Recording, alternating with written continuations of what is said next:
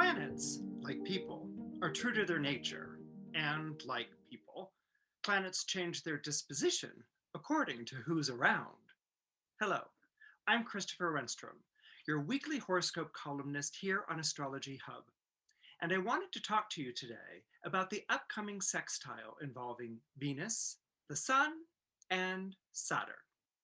Now, Saturn is a planet that everyone sort of likes to keep a respectful distance away from.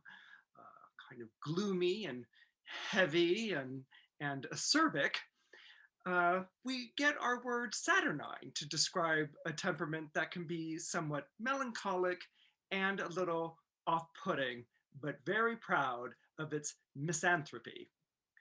In any case, when Saturn forms a sextile, like it does to the Sun and Venus this week, then you will begin to see its disposition change.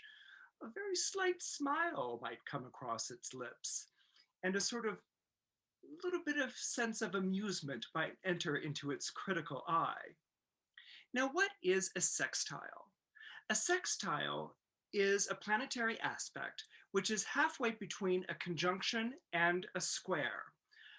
The best way to think of it is that it's halfway through the now everybody's on the right page, right?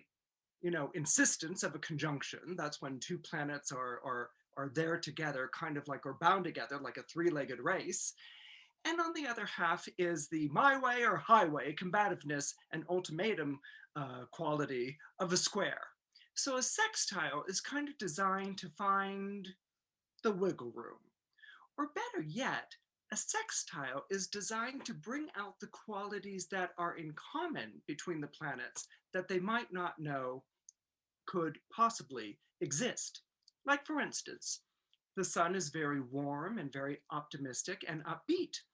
And nowhere is it going to be more enthusiastic and passionate and upbeat than in the astrological sign of Aries, where it resides right now. And Venus is very loving and seductive and wants everyone to get along.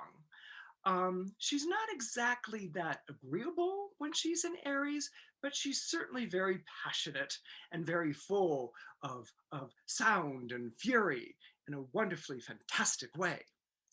Now, what Saturn does when it gets around the Sun or Venus is that it has a tendency to make things heavier, to turn down the flame on the passion, to throw a ridicule glance at the things that people say that they believe in, to sort of laugh derisively at boastful claims of dreaming the impossible dream or taking on great challenges and prevailing. But what happens, as I said, is that a sextile brings out the elements that are in common between the signs that these planets are in. You can think of a sextile not as the zodiac sign that's next to you, that's sitting on the subway train, but the zodiac sign that's sitting next to the person that's next to you on the same subway train. So in other words, the sign that's one sign away from you will always be yin to your yin or yang to your yang. In this case, Saturn's feeling rather yangy. Okay, so what you're going to feel is that this energy is going to take on a more active and a more activating type of dynamic, so that Saturn, instead of condemning, supports.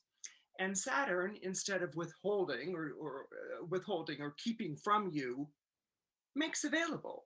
Or Saturn, instead of disabling, becomes enabling. And all of these are signs that of encouragement that are coming from a planet that isn't necessarily encouraging. But what the sextile brings out is Saturn is encouraging. I mean, we may know him as a glowering presence, but Saturn encourages you by testing your mettle, by testing your conviction, and by testing your perseverance, seeing if you really do have the not the ability, but the energy and the belief and the passion to see something through. So what that does is that makes this week a perfect time to do something that you might think is a little bit impossible. In other words, it's the perfect time to pop the question with someone that maybe you've been secretly crushing on, or to make the pitch to a sales team that is famously known for being very judgmental and critical, or to sign on the line that's dotted in a contract or agreement that you fought very hard to bring about. Because what Saturn does when it's in Aquarius and it forms a sextile to these planets in Aquarius is that it takes something that began as a flash in the pan and gives it the kind of perseverance and the kind of stamina that allows it to go the distance.